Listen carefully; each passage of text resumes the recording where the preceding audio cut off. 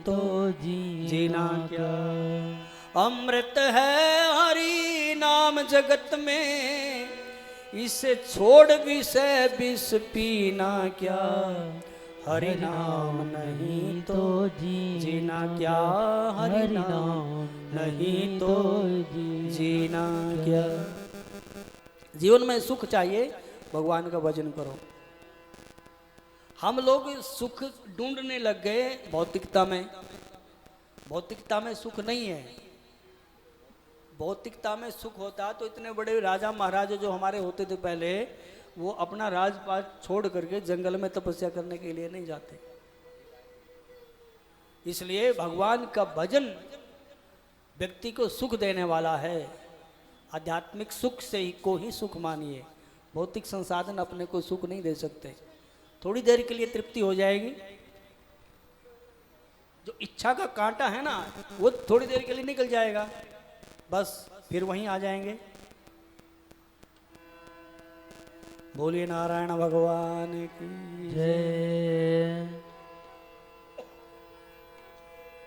निगम कल्पतरोर्गलितं फलम् सुखमुखादमृतद्रव संयुतं पिबत भागवतं रसमालयं मुहुरहो रसिका भुवि भावुका। बोलिए श्रीमन्नारायण भगवान की जय। तो ये जो भागवत रूपी रस है, इसका खूब पान करना चाहिए। तो किसी ने पूछा कि इसमें दो विशेष नाम दिए गए हैं, दो विशेषण। एक तो भावुक जन है उनके लिए, एक रसिक जन है उनके लिए। बोले हम लोग, बोले वही इसलिए बोला है कि जो भावुक और रसिक है उनको ज़्यादा प्यास लगी हुई है, और जिसको ज़्यादा प्यास लगी होती है पानी की कीमत वही समझ सकता है। प्याऊ बैठा है, सबको पिला रहा है, चकाचक चल रहा है, लेकिन जिसको प्यास लगी होती है वो भाग करके दौड़ करके आता है। बाकी औरों को तो बुलाना पड़ता है, आ जाओ भैया पानी पी लो, ठंडा पानी है, शरबत वाला पानी है, ये पियो। लेकिन जिसको प्यास लगी होती है वो ठीक से उसकी कीमत को समझ सकता है। इसलिए पिबत भागवतम रसमालयम मुहुर अहो रसिका भुवि भावुका। एक बार नहीं, मुहुर मुहुर बार बार इसका पान करना चाहिए। मेरो राधा रमण गिरधारी, गिरधारी श्याम बनवारी। मेरो राधा रमण गिरधारी, गिरधारी श्याम बनवारी। मेरो राधा रमण गिरधारी, गिरधारी श्याम बनवारी। मेरो राधा रमण गिरधारी, गिरधारी श्याम बनवारी। गिरधारी श्याम बनवारी, गिरधारी श्याम बनवारी। ओ गिरधारी श्याम बनवारी, गिरधारी श्याम बनवारी। मेरो राधा रमण गिरधारी, गिरधारी श्याम बनवारी। मेरो राधा रमण गिरधारी, हो गिरधारी श्याम बनवारी। मेरो राधा रमण गिरधारी, गिरधारी श्याम बनवारी। मेरो राधा रमण गिरधारी, गिरधारी श्याम बनवारी। गिरधारी श्याम बनवारी, गिरधारी श्याम बनवारी। ओ गिरधारी श्याम बनवारी, गिरधारी श्याम बनवारी। मेरो राधा रमण गिरधारी, गिरधारी श्याम बनवारी। मेरो राधा रमण गिरधारी, गिरधारी श्याम बनवारी। मेरो राधा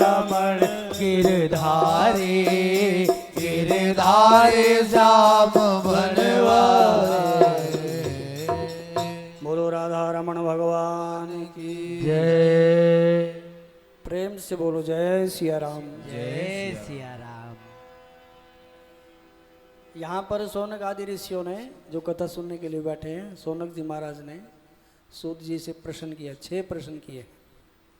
उन 6 प्रश्नों का उत्तर पूरी की पूरी श्रीमद् भागवत है। अब कहने के तो 6 प्रश्न है, लेकिन इसमें बार बार प्रश्नोत्तरी ये चलती रहती है।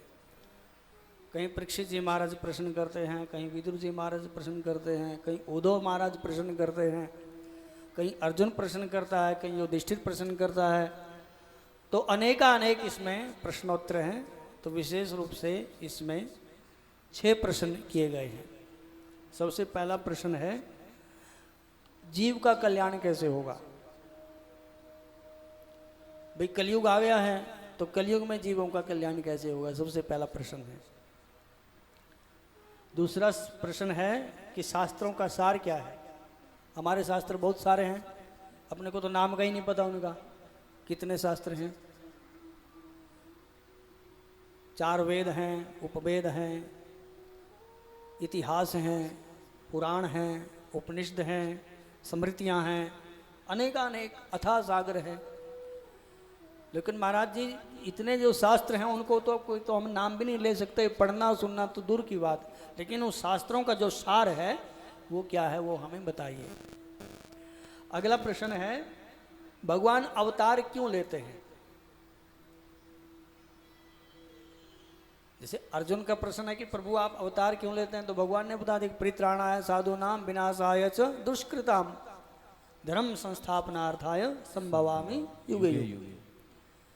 तो भगवान कहते हैं कि धर्म की स्थापना के लिए मैं अवतार लेता हूँ। लेकिन इसमें तो भगवान के सारे कितने सारे अवतार हुए, तो उन सब के लिए पूछा गया कि भगवान का अवतार क्यों होता है। और भगवान ने अवतार लिए तो कितने अवतार भगवान ने धारण किए हैं।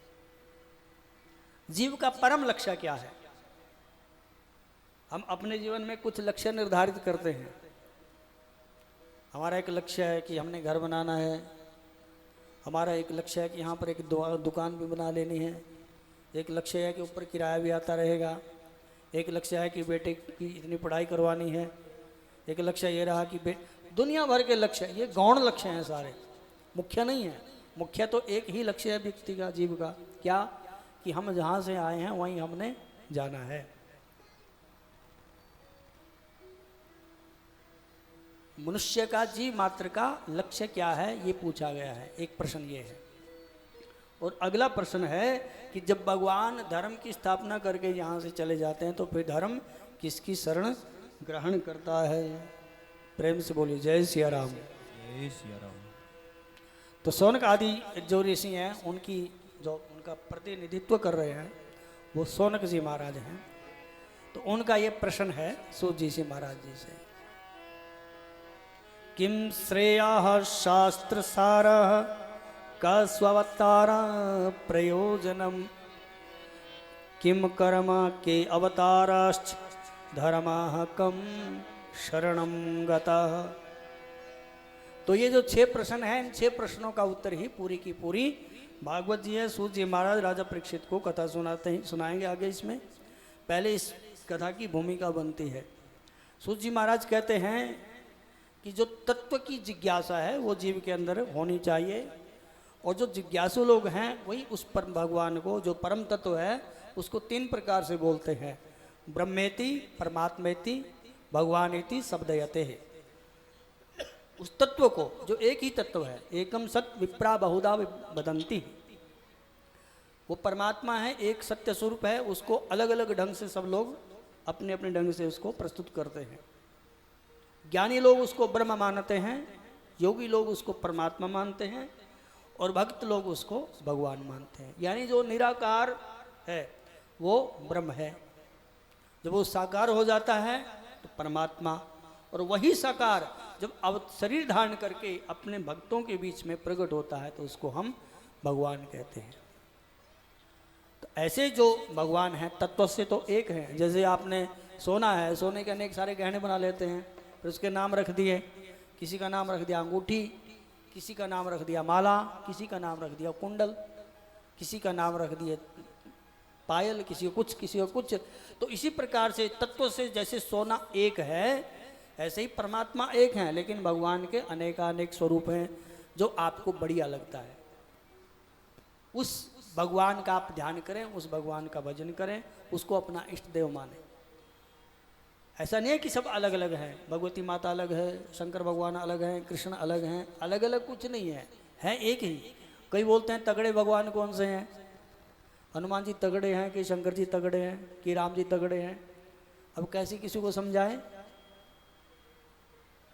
ये हल्के और तगड़े वाली कोई बात नहीं है। भगवान तत्व से एक है, जो स्वरूप आपको अच्छा लगता है वो लीजिए। जैसे मिठाई होती है, मिठाई तो मिठाई है। जैसे कई लोग आए, किसी ने पार्टी की, वो जीत गया पार्टी में, उसने बोला कि चलो वो मिठाई खिलाते हैं आपको, तो मिठाई की दुकान में उसको ले गए।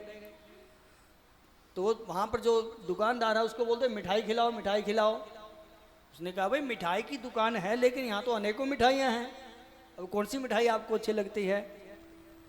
अब जिसको अच्छा रसगुल्ला लगा उसने रसगुल्ला खाया, जिसको रबड़ी अच्छी लगी उसने रबड़ी खाई, जिसको कलाकंद अच्छा लगा उसने कलाकंद खाया। अगर वो बोले कि नहीं रबड़ी अच्छी नहीं है, मेरा कलाकंद ही अच्छा है, तो वो तो गलत बात है उसकी। किसी को रबड़ी अच्छी लगती है, किसी को रसगुल्ला अच्छा लगता है, किसी को बर्फी अच्छी लगती है, किसी को लड्डू अच्छा लगता है। तो जिस प्रकार से मिठाइयों का अनेक नाम है मिठाई एक ही, उसी प्रकार से जो तत्व है भगवान, तत्व से तो एक ही हैं, और भगवान ने अनेक स्वरूप धारण किए अपने भक्तों की इच्छा के अनुसार। इसलिए इसको हम ब्रह्म भी कहते हैं, और इसको परमात्मा भी कहते हैं, और इसको भगवान भी कहते हैं। तो भगवान भक्तों का है। सबसे बढ़िया हमारे भगवान हैं जो भक्तों के बीच में आकर के ताता थाइया करके नाचते हैं। भगवान कृष्ण को ग्वाल बाल देखिए कैसे घोड़ा बना लेते हैं, उसके साथ कबड्डी खेलते हैं, आंख मिचौनी खेलते हैं, भगवान के साथ अनेक प्रकार की लीलाएं करते हैं। तो ऐसा जो ब्रह्म है, ऐसा जो परमात्मा, उसके साथ थोड़ी खेल सकते हैं। तो हमारे जो दयालु हैं, जो निराकार हैं, वही साकार रूप लेकर के अपने भक्तों के बीच में प्रकट होते हैं, अपने भक्तों को आनंद देने के लिए। तो वही एक तत्व है जो अपने भक्तों की इच्छा से यहाँ पर प्रकट हो जाता है। बोलो श्रीमन नारायण भगवान की जय। भगवान की जब हम कथा सुनते हैं, भगवान की कथा सुनते सुनते हमारे हृदय में भगवान आ जाते हैं। जब भगवान आ जाते हैं हृदय में, तो फिर क्या होता है? ऐसा नहीं है कि हम अपने जीवन को साफ सुथरा बना लें फिर भगवान का भजन करें, ऐसा मत सोचना। भगवान का भजन करते करते हमारा हृदय साफ सुथरा हो जाएगा। जब हम भजन करने लगेंगे तो धीरे धीरे धीरे हमारी जो बुराइयां अपने आप धीरे धीरे निकलने लग जाएंगी। अपने को पता चलने लग जाएगा कि हम किस दिशा में जा रहे हैं भजन करते करते। भजन का यही प्रभाव है। और जिस समय भगवान हमारे हृदय में आ जाते हैं भजन करते करते, तो फिर क्या होता है कि विद्यते हृदय ग्रंथि छिद्यन्ते सर्व संशया। हमारी जितनी भी हृदय की ग्रंथियां हैं सब टूट जाती हैं, खुल जाती हैं, और जितने हमारे संशय हैं वो सारे के सारे दूर हो जाते हैं, भाग जाते हैं। संशय रहित जीवन हो जाता है। क्षीयन्ति च सर्वकर्माणि। जो हमारे पुण्य पाप, सारे के सारे पाप पुण्य भस्म हो जाते हैं, क्षीण हो जाते हैं जब भगवान हमारे हृदय में आ जाते हैं। यानी भगवान जब हृदय में आए, कैसे पता चलेगा भगवान हृदय में आ जाते हैं? कैसे पता चलेगा? भाई सीधा सा अर्थ है कि हमारा जीवन एकदम बदल जाएगा। बस जो अभी भी संसार में घुसे हुए हैं, तो हम संसार से हट करके अध्यात्म की तरफ चलने लग जाएंगे ऑटोमेटिक अपने आप। फिर देखने की, करने की, बताने की जरूरत नहीं है। तो उस समय समझ लेना कि भगवान हमारे हृदय में आ गए हैं। घटना घटती है। भगवान कहते हैं कि मम गुण गावत पुलक शरीरा, गद गद गिरा नयन बहनीरा। काम आदि मद दंभ न जाके, तात निरंतर बस में ताके। तात निरंतर बस में ताके। भगवान लक्ष्मण को बताते हैं कि मम गुण गावत पुलक शरीरा। जब जीव मेरे गुण गाते गाते एकदम उसका शरीर पुलकित हो जाता है, रोमांचित हो जाता है, गदगद गिरा, उसकी जो गिरा है, उसका जो कंठ है वो अवरुद्ध हो जाता है, बोल नहीं पाता, नयन बहा नीरा, और उसकी आंखों से प्रेमाश्रु निकलने लग जाते हैं। जब ऐसी स्थिति होती है, भगवान कहते हैं कि मम गुण गावत पुलक शरीरा, गदगद गिरा नयन बह नीरा। फिर उसके साथ क्या होता है, भगवान कहते हैं कि समझ लेना चाहिए उस समय उस भक्त के हृदय के अंदर मेरा निवास हो गया है। काम आदि मददम्ब न जाके, फिर उस व्यक्ति के अंदर काम क्रोध लोभ मद मत्सर सारे के सारे उसके निकल जाते हैं, और तात निरंतर बस में ताके, फिर मैं हमेशा के लिए उसके बस में हो जाता हूँ। यानी भगवान से वो जो चाहे सो करवाए। बोलो नारायण भगवान की जय। तो सबसे पहले सूत जी महाराज अवतारों की कथा सुनाते हैं। अवतारों की कथा सुन करके जीव के अंदर भगवान की भक्ति का प्रवेश होता है। जब हम भगवान के चरित्रों को सुनते हैं, सुनते सुनते हमारे जीवन में भगवान के चरित्रों को सुनते सुनते भगवान की भक्ति प्रवेश करती है। देखो, जिस चीज़ को हम प्राप्त करना चाहते हैं, जिसके साथ हम जुड़ना चाहते हैं, पहले उसके बारे में सुनना होगा। जब तक हम उसके बारे में सुनेंगे नहीं, उस चीज़ को प्राप्त नहीं कर सकते। तो भगवान को प्राप्त करना चाहते हो तो पहले भगवान के बारे में सुनना होगा। उनके गुणों को जब तक हम नहीं सुनेंगे, तब तक उनके प्रति हमारा रुझान, हमारा झुकाव नहीं होगा। तो भगवान को प्राप्त करने के लिए सबसे पहले भगवान का सुनना जरूरी है। तो 24 अवतारों की संक्षिप्त रूप से इनकी कथा ऋषियों को सुनाई है कि जब तक इनकी कथाओं को सुन करके जीव पवित्र नहीं हो जाता है, तब तक उसके जीवन में भगवान की भक्ति नहीं आती है। तो बोले, ये जो भागवत की कथा है, ये कब और कैसे लिखी गई, कैसे प्रकट हुई, इसके बारे में बताइए। तो सूत जी महाराज कहते हैं कि एक बार की बात है, द्वापर युग का अंत होने वाला था और कलयुग का प्रवेश होने वाला था। तो व्यास जी महाराज अपने आश्रम में बैठे हुए थे, बद्रिका आश्रम में।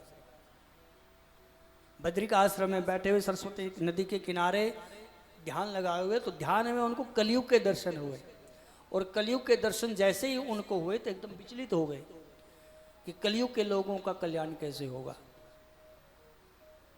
तो झट से उनकी आंखें खुली, तो इतने परेशान हुए कि जीवन में कभी इतने परेशान नहीं हुए थे। तो उन्होंने वेदों का विस्तार किया कि इससे मेरे को शांति मिलेगी, संतोष मिलेगा। महाभारत जैसे बड़े दिव्य ग्रंथ, इतिहास की उन्होंने रचना की कि इससे संतोष मिलेगा। लेकिन फिर भी उनको संतोष नहीं मिला, तृप्ति नहीं हुई। जब ऐसा विचार कर रहे थे कि हे प्रभु, मेरा कल्याण करो, कोई ऐसे संत से मेरे को मिलाओ जो मेरे को सही मार्ग दिखाए, मेरा मार्गदर्शन करे, ताकि मेरे को शांति मिले। सब लोग आज के समय में शांति की खोज में हैं, शांति सबको चाहिए। तो व्यास जी जब ऐसा विचार कर रहे थे तो उनके कानों में आवाज आई, नारायण नारायण नारायण नारायण। तो दृष्टि पड़ी, देखा दूर से कि नारद जी महाराज पहुँचे, नारद जी पधारे हैं। तो नारद जी के चरणों में व्यास जी ने खड़े होकर के प्रणाम किया। तो नारद जी ने पूछा कि व्यास जी महाराज ठीक ठाक है सब? आप मुझे कुछ ठीक से दिखाई नहीं दे रहे हैं, ठीक दिखाई नहीं दे रहे हैं, आपका जो चेहरा है वो चिंतित लग रहा है। तो उन्होंने कहा कि महाराज बात तो ठीक है आपकी, मैं तो बहुत परेशान हूँ और मुझे ऐसा लगता है कि कलयुग का आगमन होने वाला है। कलयुग के लोग कैसे कैसे होंगे ये मैं अच्छी तरह से जानता हूँ। मुझे संतोष नहीं मिल रहा, शांति नहीं मिल रही है। मैंने इतने ग्रंथों की रचना कर दी, 17 पुराण लिख दिए। तो नारद जी ने कहा कि देखो व्यास जी, आपने लिखा तो बहुत कुछ है, बहुत बढ़िया लिखा है, विधि निषेध के बारे में बहुत कुछ लिखा, लेकिन हमारे जो ठाकुर जी हैं श्याम सुंदर भगवान, उनकी लीलाओं का अभी तक गान नहीं किया तुमने। और जब तक जीवन में ठाकुर जी की लीलाओं का गान नहीं होगा, उनकी कीर्ति का गान नहीं होगा, उनके रसमय चरित्रों का गान नहीं होगा, तब तक जीव को शांति और संतोष नहीं मिल सकता है। इसलिए आप मुझे देखिए, मेरे ऊपर दृष्टि डालिए। मैं सर्व पूज्य आपकी दृष्टि में लगता हूं कि मैं ब्रह्मपुत्र हूं, देवर्षि हूं, मेरी अबाध गति है, सब जगह जा सकता हूं। देखो नारद जी को कोई रोक टोक नहीं है, कहीं पे जाएं, वो देवी देवताओं के पास जाएं, राक्षसों के पास जाएं, भगवान के पास जाएं, वो कैलाश में जाएं, जहां मर जाएं, सब रोक टोक घूमते हैं वो। तो ऐसी शक्ति उनको कैसे प्राप्त हुई? तो व्यास जी महाराज को अब नारद जी महाराज अपना पूर्व चरित्र सुनाते हैं कि देखिए, मुझे देखिए व्यास जी, आपको लग रहा है कि मैं कैसा हूं अभी और पहले कैसा था, अपनी मेरी कथा सुनिए। जब तक भगवान के चरित्रों का गान नहीं करेंगे, भगवान की कथा का श्रवण नहीं करेंगे, तब तक हमारा जीवन नहीं बदल सकता, हमें शांति और संतोष नहीं मिल सकता है। इसलिए मेरे को देखिए मैं क्या था और क्या हो गया हूँ। प्रेम से बोलिए जय सिया राम। जय सिया राम। बोलो श्रीमन नारायण भगवान की जय। व्यास जी को समझाते हुए नारद जी कहते हैं कि व्यास जी सुनो, प्राचीन समय की बात है, मैं एक दासी पुत्र था, और जैसे ही व्यास जी ने सुना कि आप दासी पुत्र थे, आप दासी पुत्र से देवत्व कैसे प्राप्त हो गए, तो कहते सुनो, यही तो सुना रहा हूं। तो व्यास जी ने कहा कि मेरी माँ किसी गांव में रहती थी, और वहां पर लोगों के घर में झाड़ू पोछा काम करती थी।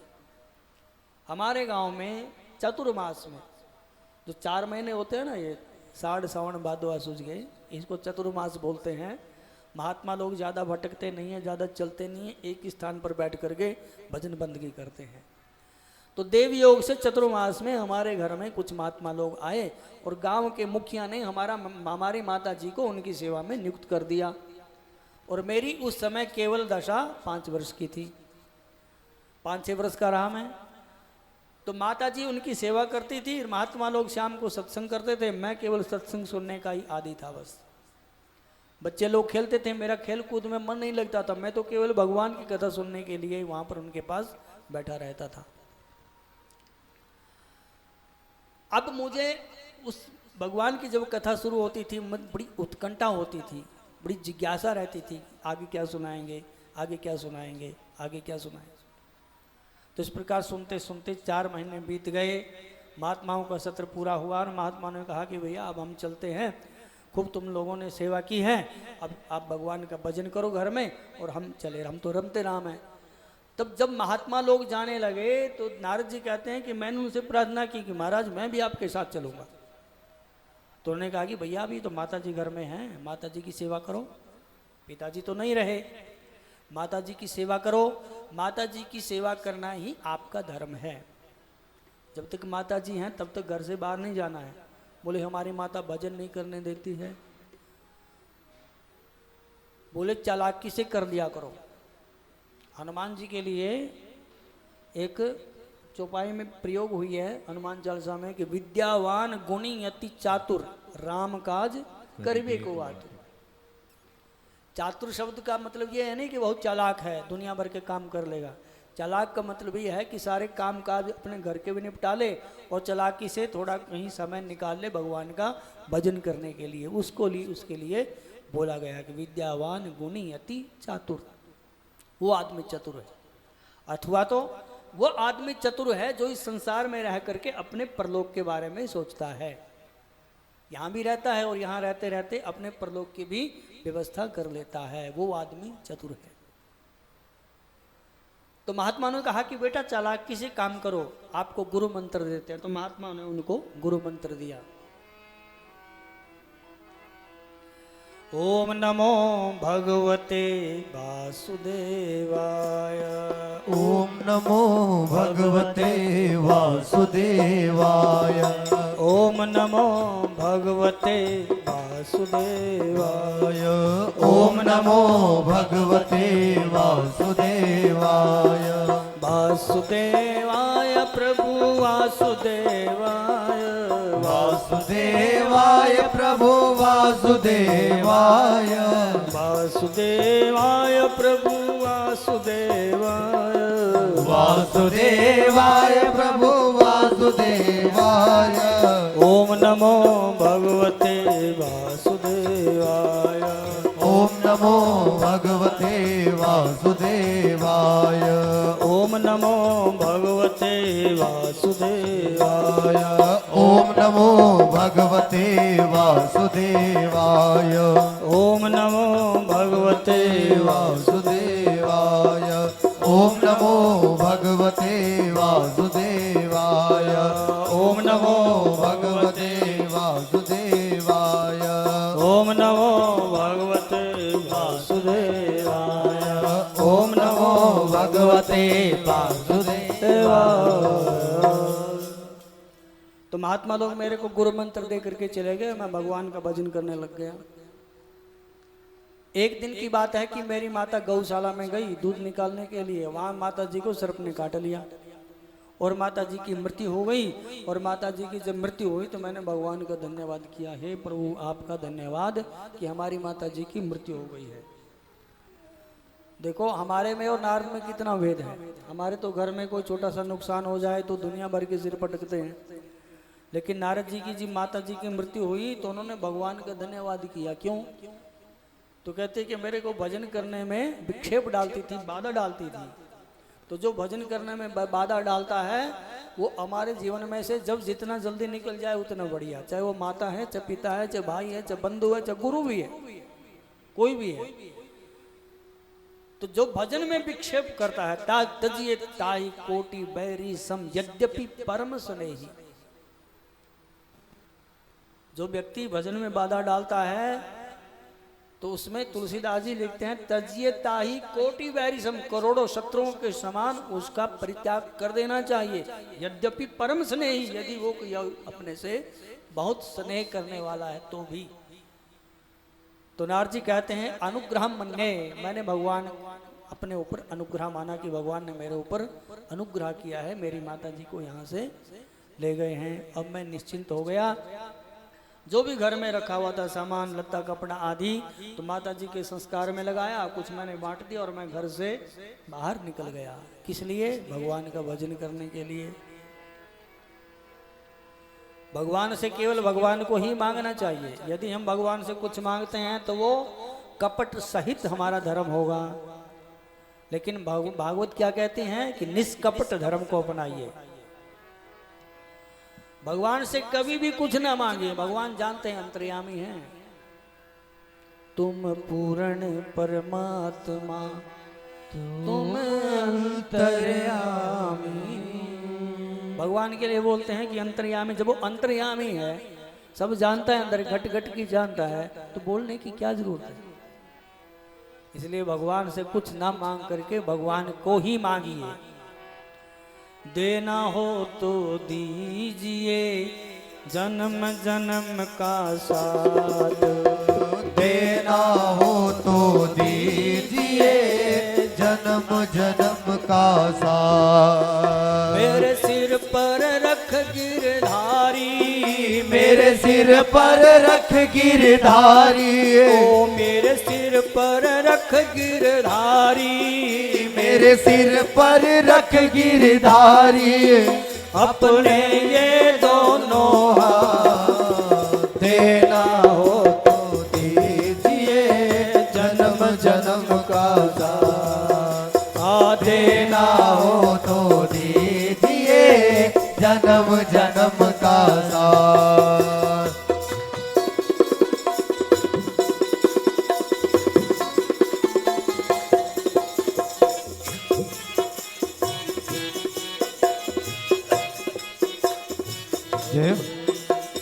देने वाले श्याम प्रभु से धन और दौलत क्या मांगे। देने वाले श्याम प्रभु से धन और दौलत क्या मांगे। धन और दौलत क्या मांगे, फिर नाम और इज्जत क्या मांगे। धन और दौलत क्या मांगे, फिर नाम और इज्जत क्या मांगे। मेरे जीवन में तू कर दे, मेरे जीवन में तू कर दे बस कृपा की बरसात। देना हो तो दीजिए जन्म जन्म का साथ। देना हो तो दीजिए जन्म जन्म का साथ।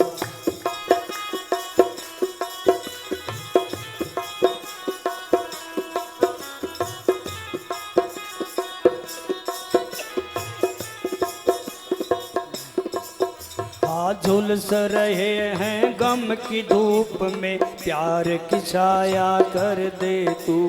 झुलस रहे हैं गम की धूप में, प्यार की छाया कर दे तो। बिन माझी के नाव चले ना, अब पतवार पकड़ ले तू। बिन माझी के नाव चले ना, अब पतवार पकड़ ले तू। मेरा रास्ता रोशन कर दे, मेरा रास्ता रोशन कर दे। छाई अंधियारी रात देना हो तो दीजिए, जन्म जन्म का साथ देना हो तो दीजिए, जन्म जन्म का साथ।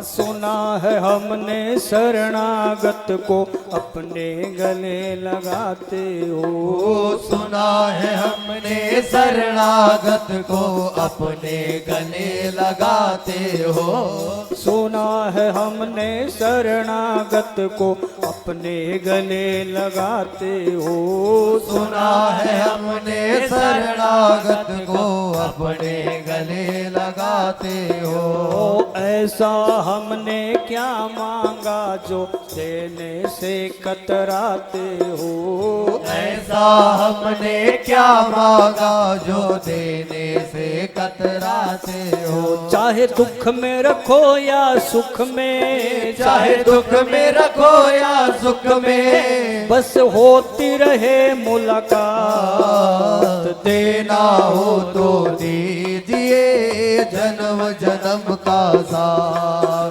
वो देना हो तो दीजिए, जन्म जन्म का साथ। मेरे सिर पर रख गिरधारी, मेरे सिर पर रख गिरधारी, अपने ये दोनों हाथ। देना हो तो दीजिए, जन्म जन्म का साथ। देना हो तो दीजिए, जन्म जन्म का साथ। देना हो तो दीजिए, जन्म जन्म का साथ। देना हो तो दीजिए, जन्म जन्म का साथ।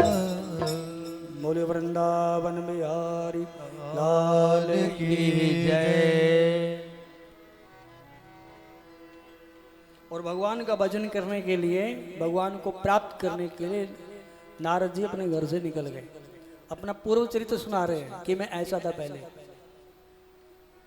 और एक दिन मैं जंगल में बैठा हुआ था, भगवान का ध्यान कर रहा था, तो भगवान की जो सुंदर सी पवित्र सी बढ़िया मूर्ति है वो मेरे हृदय में आ गई। कैसे थे भगवान? कस्तूरी तिलकम ललाट पटले, वक्षस्थले कौस्तुभम, नासाग्रे वरमौक्तिकं करतले, वेणुकरे कंकणम, सर्वांगे हरिचंदनं सुललितं, कंठे च मुक्तावली, गोपस्त्री परिवेष्टितो विजयते, गोपाल चूड़ामणि। भगवान बालकृष्ण की सुंदर सी छवि, कस्तूरी तिलकम ललाट पटले, भगवान का सुंदर सा तिलक लगा हुआ है, भगवान के घुंघराले बाल, भगवान के हाथ में मुरली, पीताम्बर भगवान ने धारण किया हुआ है, मंद मंद मुस्कुरा रहे हैं। ऐसी भगवान की छवि हृदय में आई, लेकिन थोड़ी देर के लिए। नारद जी उसमें इतने खो गए कि ऐसा देख रहे हैं कि साक्षात मेरे आगे भगवान खड़े हैं। लेकिन थोड़ी देर में वो भगवान ने अपनी मूर्ति वहां से गायब कर दी। तो जैसे ही भगवान हृदय से गायब हुए, वो बालक छटपटाया। नारद जी कहते हैं कि मैं छटपटाया, वहां देखा कि भगवान कहाँ चले गए। इतने में आकाशवाणी होती है। आकाशवाणी क्या हुई कि हंतास्मिन् अस्मिन् भवानवा मां द्रष्टुम इहारति अपरिपक्वानाम कसायनाम दुर्दर्शाहम कुयोगिना। हे बालक, इस जन्म में तुम्हारे को मेरे दर्शन नहीं होंगे। क्यों? क्योंकि तुम्हारा योग अभी पूर्ण नहीं हुआ है, और खास करके इस शरीर में तो मिले नहीं सकते। और नारद जी ने ऐसी जब आकाशवाणी सुनी तो नारद जी भगवान से प्रार्थना करने लगे कि हे प्रभु, जिस शरीर से भगवान का भजन ना हो, जिस शरीर में भगवान की प्राप्ति ना हो, उस शरीर को छूट जाना ही बेहतर है।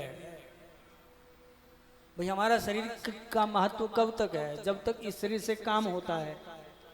और इस शरीर से काम भी क्या होता है? भगवान का काम होता है, संसारिक काम के लिए नहीं।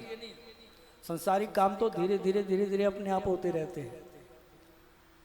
जिस शरीर से भगवान का भजन ना हो, जिस शरीर से सत्कर्म ना हो, जिस शरीर से भगवान की कथा सुनने में असमर्थता हो, तो उस शरीर का छूट जाना ही फायदेमंद है। तो नारद जी कह रहे थे कि मैं ऐसा विचार करता था, और एक दिन भगवान ने मेरे ऊपर कृपा की और मेरा शरीर ऐसे छूट गया। वैसे तो शास्त्र में लिखा है, तुलसीदास जी भी कहते हैं कि जन्मत मर्त दूसरा दुख होई। जन्म लेने में और मरने में बहुत कष्ट होता है, लेकिन मेरे को कोई कष्ट नहीं हुआ। कैसे शरीर छूट गया? जैसे गजराज के हाथ गले में से कोई टूट करके माला गिर गई हो, हाथी को पता भी ना चले, इस प्रकार से मेरा शरीर छूट गया। यानी मेरी जो आत्मा थी, मैं आत्मा अलग हो गया और सीधे ही गया ब्रह्मलोक में ब्रह्मा जी के पास। और ब्रह्मा जी के शरीर से मानस पुत्र भगवान जी का प्रकट हुआ, मानस पुत्र बनकर के प्रकट हुआ। ये मेरी कथा है।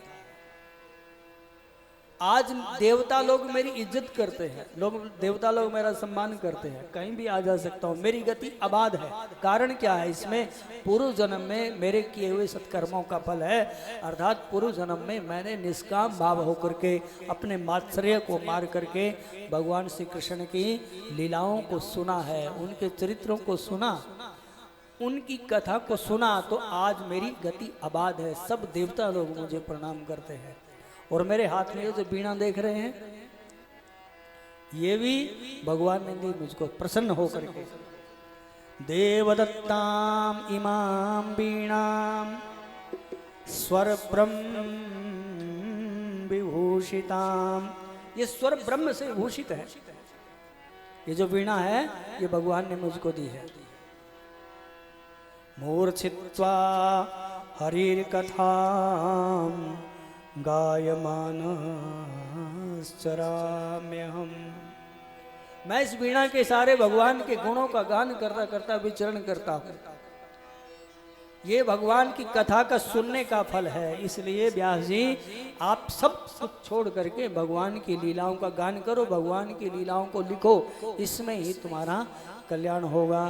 और उपदेश दे करके वहां से नारद जी चल पड़े। श्रीमन नारायण नारायण नारायण, श्रीमन्नारायण नारायण नारायण, भजो नारायण नारायण नारायण, भजो नारायण नारायण नारायण, श्रीमन्नारायण नारायण नारायण, श्रीमन्नारायण नारायण नारायण, श्रीमन्नारायण नारायण नारायण, श्रीमन्नारायण नारायण नारायण, श्रीमन्नारायण नारायण नारायण, श्रीमन्नारायण नारायण नारायण, श्रीमन्नारायण नारायण नारायण,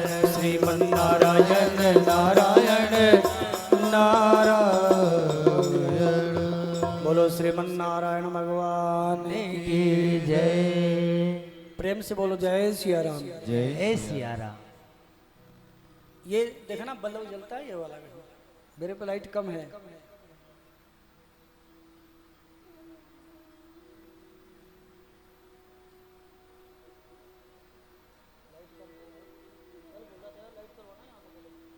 ऊपर होनी चाहिए, यहाँ पे लटका दो।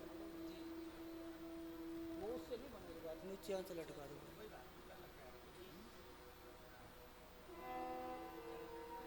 सुनो जी, सुनो सुनो सुनो,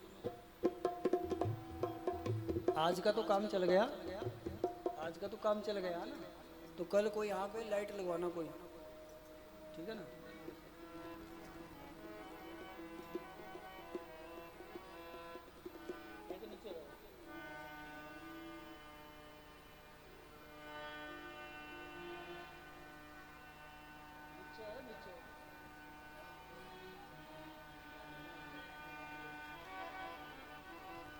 बोलो श्रीमन नारायण भगवान की जय।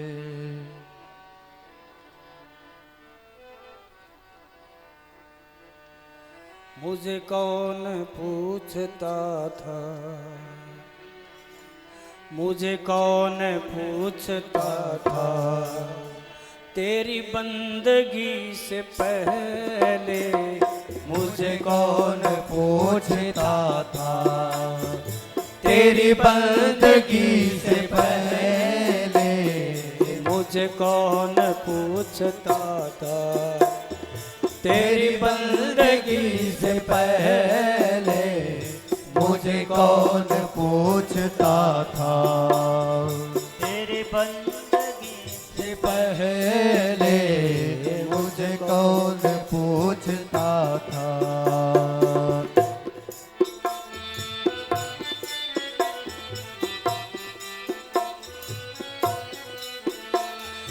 मेरी जिंदगी थी ऐसी जैसे खाली सीप होती, मेरी जिंदगी थी ऐसी जैसे खाली सीप होती, मेरी जिंदगी थी ऐसी जैसे खाली सीप होती, मेरी जिंदगी थी ऐसी जैसे खाली सेब होती, मेरी बढ़ गई है कीमत तूने भर दिए हैं मोती, मेरी बढ़ गई है कीमत तूने भर दिए हैं मोती, मैं दर दर भटक रहा था, दर दर भटक रहा था,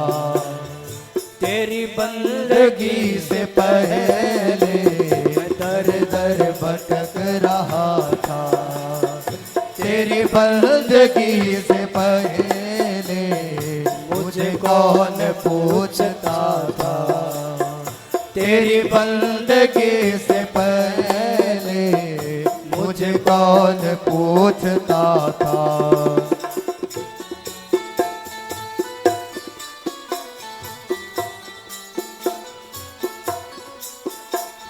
यूं तो जहां में लाखों तेरे जैसा कौन होगा, यूं तो जहां में लाखों तेरे जैसा कौन होगा, यूं तो जहां में लाखों तेरे जैसा कौन होगा, यूं तो जहां में लाखों तेरे जैसा कौन होगा, तू है दया का सागर फिर ऐसा कौन होगा, तू है दया का सागर फिर ऐसा कौन होगा, मेरा कौन आसरा था, मेरा कौन आसरा था,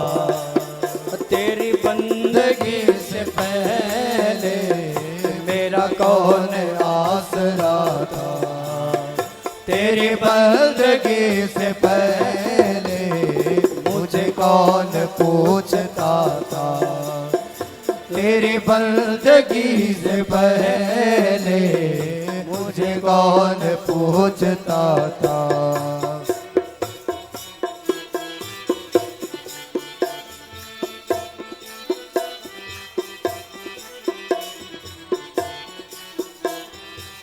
जय हो।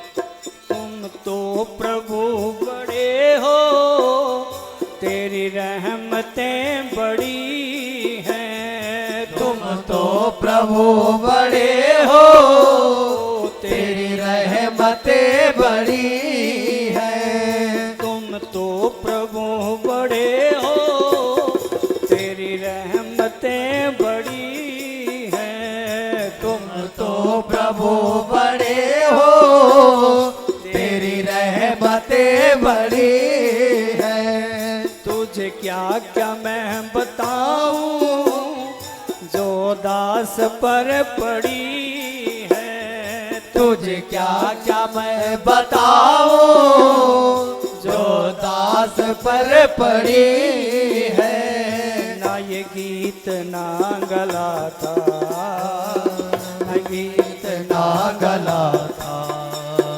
तेरी बंदगी से पहले ना ये गीत ना गला था। तेरी बंदगी से पहले मुझे कौन पूछता था। तेरी बंदगी से पहले मुझे कौन पूछता था। मुझे कौन पूछता था, मुझे कौन पूछता था। बोलो वृंदावन में हरि लाल लाल की जय। तो नारद जी से उपदेश लेकर के व्यास जी ने बहुत एक सुंदर ग्रंथ की रचना की, नाम रखा भागवत पुराण। 18,000 श्लोक लिख करके तैयार कर दिए। तो भागवत महापुराण को लेकर के व्यास जी भगवान के पास पहुंचे। प्रभु, मैंने एक ग्रंथ लिखा है, इसको आशीर्वाद दीजिए। तो भगवान ने कहा कि ठीक है, आशीर्वाद देते हैं। क्या है? बोले इसका नाम है भागवत। भागवत का मतलब क्या है? तो व्यास जी कहते हैं भगवतः प्रोक्तम इति भागवतम। आपने इसको बोला, चतुश्लोकी भागवत ब्रह्मा को दी, ब्रह्मा जी ने नारद जी को सुनाई, नारद जी ने व्यास जी को, मेरे को सुनाई। अब मैंने इसका विस्तार कर दिया है प्रभु, इसमें 18,000 श्लोक हैं, इसलिए भगवतः प्रोक्तम आपने बोला, इसका नाम रखा भागवत। तो नारायण भगवान ने खूब आशीर्वाद दिया। ठीक, खूब आशीर्वाद है, फूलो फलो, खूब प्रचार करो इसका। लक्ष्मी माता जी बैठी थी साथ में, तो उनको भी बोला व्यास जी ने कि आप भी आशीर्वाद दें। बोले वही इसमें तो भगवान का नाम है, बोला आपने भगवता प्रोक्तम, हमारा तो नाम नहीं है। अब जब हमारा नाम ही नहीं तो हम आशीर्वाद किस चीज़ का दें इसमें?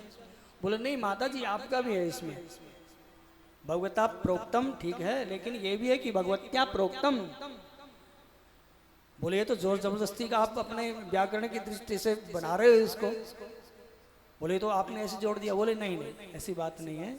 तो उन्होंने फिर भागवत के आगे माता जी का नाम लिख दिया, श्री श्रीमद् भागवतम लिखा। तब भगवती माता ने उनको आशीर्वाद यार किशोरी जी का और भगवान श्रीमन नारायण जी का आशीर्वाद भागवत जी को मिला है। और भागवत जी की रचना 18,000 श्लोकों के माध्यम से व्यास जी ने कर दी है।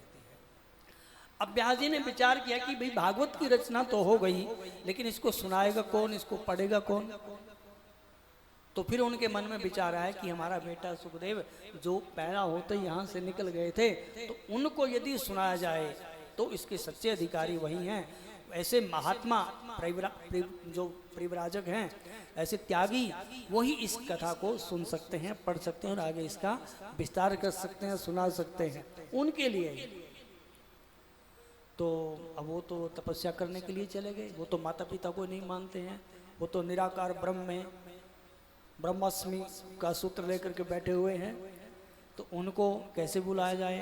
तो व्यास जी ने अपने चेले चपाटों को बुलाया और उनको 2-4-5 श्लोक ये सिखाए और कहा कि फलाने फलानी जगह गंधमादन पर्वत के ऊपर हमारा बेटा है सुखदेव, वो समाधि में बैठा हुआ है, तुम गौ चराने के बहाने से वहाँ जाइए और उसके आसपास जा करके इन श्लोकों का गान करो। और मुझे विश्वास है कि जब उनके कर्णपुटों में ये भागवत जी के श्लोक पढ़ेंगे वो अवश्य ही आकर्षित हो जाएंगे। तो जो चेला लोग थे, चेले चपाटे, वहाँ से चले और उन्होंने सुखदेव जी के पास जा करके इन श्लोकों को गाना शुरू कर दिया। 2 श्लोक सुनाए हैं। एक श्लोक में भगवान का स्वरूप बताया है कि हमारे जो ठाकुर जी हैं कन्हैया चटक मटक वो कैसे हैं, उनके बारे में बताया। और दूसरे श्लोक में बताया उनका स्वभाव कैसा है कि वर्हा पीडम नटवर वपु कर्णयो कर्णीकारम विवरद्भास कनक कपिशम भजयन्ती रंध्रान वेणुरधर सुदया पूरयन् गोपवृन्दै बृन्दारण्यं स्वपदरमणं प्राविशद गीतकीर्ति बर्रापीडं नटवर वपुः। व्यास जी ने जो श्लोक लिख के भेजे, ये पहला श्लोक सुनाया, सुखदेव जी ने सुना। भगवान कैसे हैं कि बर्हा पीडम, मोर मुकुट भगवान ने अपने माथे के ऊपर लगाया हुआ है। नटवर वपुः, हमारे जो भगवान है वो 3 जगह से टेढ़े हैं, गर्दन से भी टेढ़े हैं, कमर से भी टेढ़े हैं और चरण से भी टेढ़े हैं। नटवर वपुः कर्णयोः कर्णिकारम, कानों में कुंडल, कनक कपिशम, वैजयंती माला धारण किए हुए है, बंसरी होठों पे थिरक रही है। अपने कुछ ग्वाल वालों के साथ भगवान धूलि दूषित होकर के वृंदावन में प्रवेश कर रहे हैं। ऐसे श्याम सुंदर का वर्णन जैसे ही सुना सुखदेव बाबा जी ने तो आंखें खुली चम करके और विचार किया कि हम तो वैसे ही निराकार ब्रह्म में लगे हुए हैं, ऐसे श्याम सुंदर भगवान, तो उनके तो दर्शन करने चाहिए और उनके बारे में जानना चाहिए। तो उठ करके चलने लगे तो फिर विचार बदल गया। विचार इसलिए बदल गया कि ये तो बताया उन्हें श्याम सुंदर हैं, बड़े सुंदर हैं, नटखट हैं, नटवर हैं, वरापीडम हैं, नटवर बापू हैं, ये तो ठीक है, लेकिन खाने के लिए बहुत मांगते हैं। वो 56 प्रकार के भोग कहाँ से लाएंगे भगवान के लिए? देखो बात ठीक है, जिसके पास जैसा हो उतना दीजिए। भगवान तो कहते हैं कि पत्रम पुष्पम फलम तोयम यो में भक्त्या प्रियच्छति। गीता में जब अपनी भक्ति का निरूपण करते हैं भगवान, तो अर्जुन को कहते हैं कि हे अर्जुन, ये जरूरी नहीं है कि कोई 56 भोग मेरे को लगाए, मैं उससे प्रसन्न हूं। भगवान बोले कि पत्रम,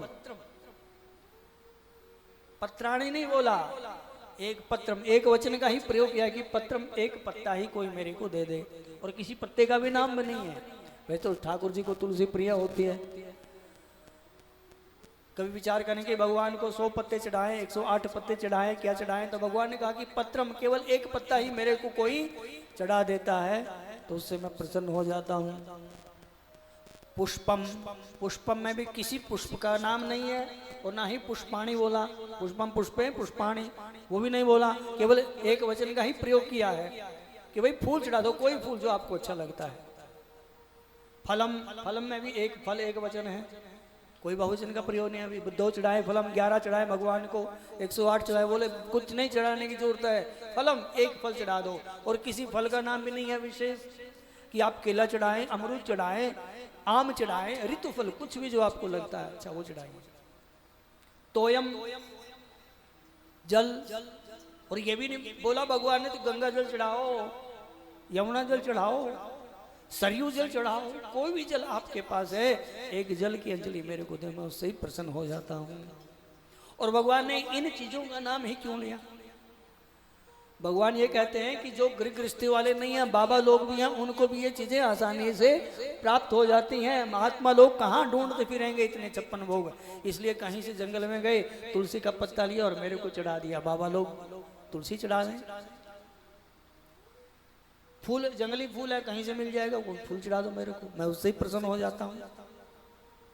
जंगली फल भी मिल जाते हैं, हमारी शबरी मैया ने तो जंगल में ऐसे बेर तोड़ तोड़ करके भगवान को जूठे खिला खिला करके प्रसन्न कर दिया। तो भगवान तो जूठे बेर खा करके ही प्रसन्न हो जाते हैं। रंती देव महाराज कथा इसमें आती है भागवत में। रंती देव अति प्यासे, प्राण निकल जाएंगे, ये इतना लग रहा था उनको। एक गिलास पानी का मिला और इतने में भगवान उनकी परीक्षा लेने के लिए वहां पर एक चांडाल के रूप में आए। महाराज मेरे को बहुत प्यास लगी है। तो रंती देव ने अपना जल ही उनको दे दिया। तो ऐसे जल देने से भगवान प्रसन्न हो जाते हैं। शंकर भगवान को जल का लोटा चढ़ा दो, जलधारा, वो भगवान प्रसन्न हो जाते हैं। इसलिए भगवान कहते हैं कि पत्रम पुष्पम फलम तोयम यो में भक्त्या प्रियच्छति। एक शब्द विशेष है इसमें भक्ति का। भगवान ये बोलते हैं कि चढ़ाओ तो, लेकिन कैसे? भक्त्या, जो प्रेम से मेरे को अर्पित करता है। तो भगवान कहते हैं कि अश्नामी, अश्नामी का अर्थ होता है बक्ष्यामी, मैं खा लेता हूं। भगवान कहते हैं यदि हम भगवान को प्रेम भाव से एक पत्ता चढ़ाते हैं, एक फल चढ़ाते हैं, एक फूल चढ़ाते हैं, जल देते हैं, तो भगवान कहते हैं कि अश्नामी प्रतात्मना, मैं बड़े प्रेम से उसका भोग लगा लेता हूं। तो अब सुखदेव बाबा का लोग कि भगवान 56 प्रकार के भोग खाते हैं, उनको कैसे भोग लगाएंगे? हमने उनके चक्कर में पड़ते हैं। चलो फिर समाधि में बैठ गए। अब फिर दूसरा श्लोक उन्होंने बोलना प्रारंभ किया। ये तो भगवान का स्वरूप बताया था। तो उनको लगा, चेलों को, व्यास जी के चेलों को लगा कि इनको भगवान के स्वभाव के बारे में बताना चाहिए कि भगवान कैसे हैं। अहो बकीयम स्तन काल कूटम जिंघासयापाय यदप्य साधवे लेभे गतिं धात्र्युचितां ततोन्यं कम वा दयालुं शरणं व्रजेम, कम वा दयालुं शरणं व्रजेम। जब उन्होंने श्लोक को सुना, अहो बकीयम, इसका मतलब कि अहो बकीयम, अरे उस बकी, वो जो बकी है पूतना, बकासुर की बहन पूतना, उसके भाग्य देखी कैसे।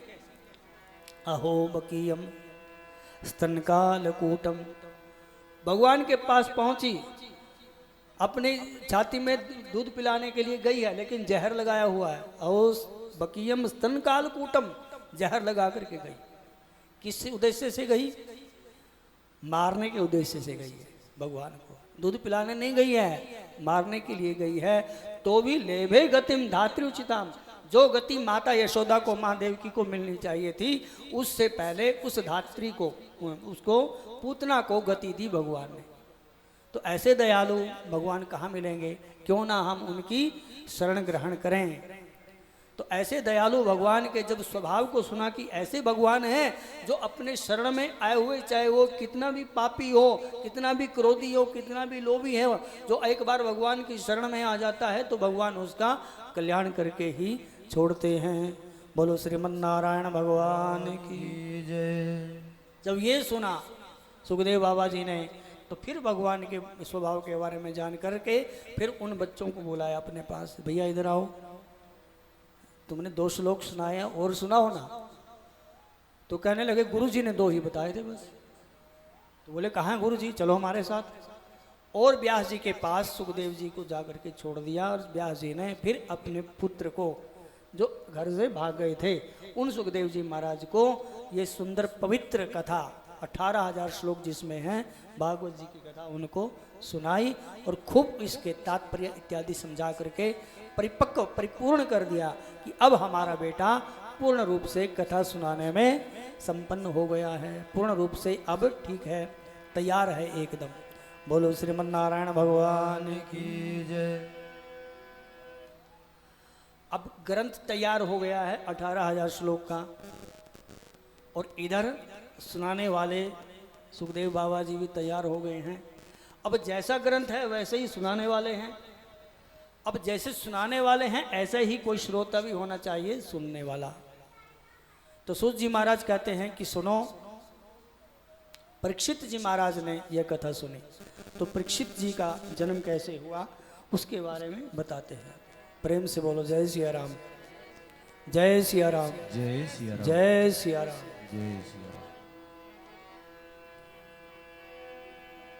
कथा शुरू होती है महाभारत से।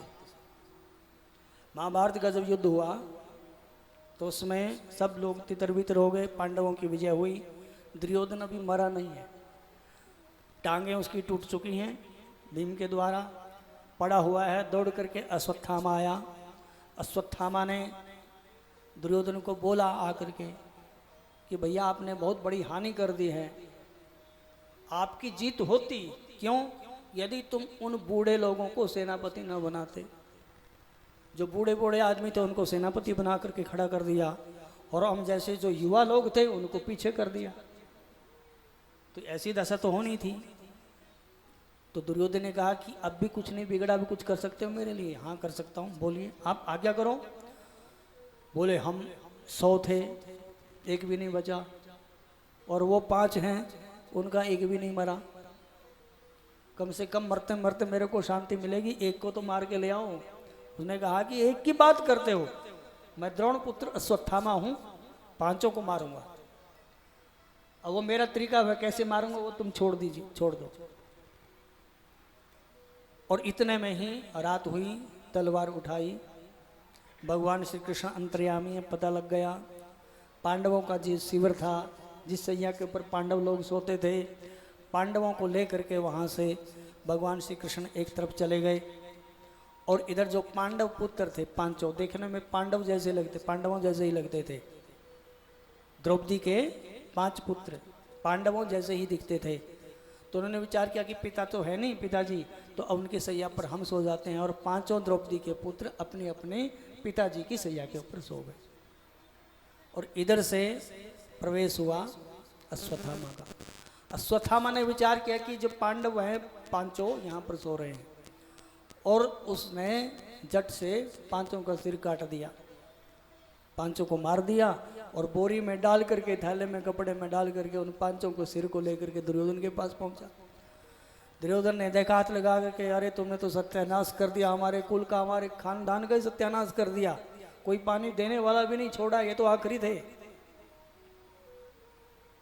तुमने पांडवों को नहीं, ये तो पांडव पुत्र हैं, इनको मार दिया है। और जब सुना, द्रौपदी ने देखा सवेरे आकर के 5 जो पुत्र हैं उनके, वो मरे पड़े हैं। बहुत रोही, बहुत चिल्लाई, और उनकी जो चिल्लाने की, रोने की आवाज़ थी पांडवों को सुनी। दौड़ करके वहाँ पर आए, और इतने में ही प्रतिज्ञा कर ली अर्जुन ने कि द्रौपदी तुम रो मत, जिसने भी ऐसा ये जघन्य कार्य किया है मैं उसको मृत्यु दंड दे दूंगा, और यदि मैं ऐसा नहीं कर सका तो अवश्य ही जल करके मर जाऊंगा। भगवान श्री कृष्ण को साथ में लिया और अश्वत्थामा के पीछे दौड़े, अश्वत्थामा को पकड़ लिया। भगवान ने कहा कि जही मार दो इसे। तो अर्जुन ने कहा कि नहीं प्रभु, द्रौपदी के पास जाकर के ही मारूंगा। तो द्रौपदी के पास जब गए, द्रौपदी ने देखा कि हमारे गुरु पुत्र को ऐसे बांध रखा है जैसे किसी पशु को बांध लेते हैं। तो उसने सीधे ही अपने स्वामी को बोला कि मुच्यताम ऐसा ब्राह्मणो नित्राम गुरु। द्रौपदी ने कहा कि महाराज स्वामी जी इसको छोड़ दो। अर्जुन बोले कि देवी यही तुम्हारे 5 बेटों का हत्यारा है, इसको बड़ी मुश्किल से पकड़ करके लेके आया हूं, अब तुम कहती छोड़ दो। तो कहती कि मुच्यताम ऐसा, इसको छोड़ दो 2 बार बोला। क्यों छोड़ दे? बोले ब्राह्मणों नित्राम गुरु, ये ब्राह्मण है और ऊपर से हमारे गुरु के पुत्र हैं, और जो पुत्र होता है वो पिता की आत्मा ही पुत्र में होती है, पिता मेरे पुत्र में कोई भेद नहीं होता है। इसलिए स्वामी इसको छोड़ दो, इसको मत मारिए, इसको मारने से हमारे पुत्र वापस नहीं आएंगे। उल्टा इनकी जो माता है वो विधवा हो चुकी है गौतमी, उसको बहुत कष्ट होगा, इसलिए छोड़ दो। भीम ने कहा कि मैं तो नहीं छोड़ूंगा। युधिष्ठिर ने कहा कि छोड़ दो। अब अर्जुन फंस गए अब छोड़ें तो प्रतिज्ञा हनन होती है, ना छोड़े तो मुश्किल, फंस गए। तो उन्होंने भगवान की तरफ देखा कि भगवान ने कहा कि भाई हम तो पहले ही कह रहे थे, वहीं निपटा दो इसको। अब आतंकवादी जहां मिले वहीं पे कर दो उसको खत्म, और नहीं तो फिर कानून के चक्कर में पड़ेगा उसको, ये कानून और दुनिया भर के वैसे लटक जाता है फिर काम। तो भगवान ने कहा कि मैंने तो पहले ही बोला था कि इसको वो पकड़ लिया, मैंने बोला अर्जुन मार दो, तो बोला कि नहीं इसको वहां जाकर के मारेंगे। तो अब तो आपको शास्त्र के अनुसार चलना पड़ेगा, जो भी शास्त्र बोलता है उसके अनुसार ही चलना पड़ेगा। तो अर्जुन घबरा गए कि अब प्रभु अब क्या करूं, बोलो आप। तो उन्होंने कहा, भगवान उसको कहते हैं कि ब्रह्म बंधुर न हंतव्यम, ब्राह्मण को नहीं मारना चाहिए। ब्राह्मण को नहीं, ब्राह्मण बंधु को, जहां पर बंधु शब्द लग जाता है ना, वो अधम ब्राह्मण हो जाता है। कोई ब्राह्मण तो बोले ठीक है, लेकिन ब्राह्मण बंधु जिसने बोल दिया तो समझ लो कि अधम बोल दिया उसने। तो भगवान कहते हैं कि ब्राह्मण बंधुर न हंतव्यम, ब्राह्मण बंधु को नहीं मारना चाहिए। आतताई वदाहरणा, और आतताई को छोड़ना नहीं चाहिए। अर्जुन बोले कि प्रभु आप मेरे को सुलझा रहे हैं कि उलझा रहे हैं। अब आप कह रहे हैं कि ब्राह्मण बंधुर न हंतव्यम, ब्राह्मण को नहीं मारना चाहिए, ब्राह्मण है, और आप कहते हैं कि आतताई को, आतंकवादी को छोड़ना नहीं चाहिए, नंबर 1 का आतंकवादी है। अब मैं क्या करूं? लेकिन अर्जुन पक्का चेला था, भगवान की बात को समझ गया। जो शिष्य होता है वो अपनी आत्मा को गुरु जी के अंदर प्रतिष्ठित कर देता है। वो अर्जुन पहले ब्राह्मण को गुरु मान चुके हैं। गीता में अर्जुन कहते हैं कि शिष्यस्ते हम साधि माम त्वाम प्रपन्नम, मैं आपके प्रपन्न हूं, मैं आपके शरणागति स्वीकार करता हूं प्रभु। साधि माम, मेरे को आप सुधार दीजिए, मेरे को आप उपदेश कीजिए कि मुझे क्या करना चाहिए। तो अर्जुन इस भाव से अपनी आत्मा गुरु जी में यानी भगवान कृष्ण में प्रतिष्ठित कर चुके हैं। इसलिए गुरु की अंतर आत्मा से वो उस बात को समझ गए कि मुझे क्या करना चाहिए। तो उसने झट करके जो सुदामा के बाल थे बड़े सुंदर सुंदर, उनका मुंडन कर दिया और मस्तक में मणि थी वो निकाल दी, वहाँ से भगा दिया अपमानित करके।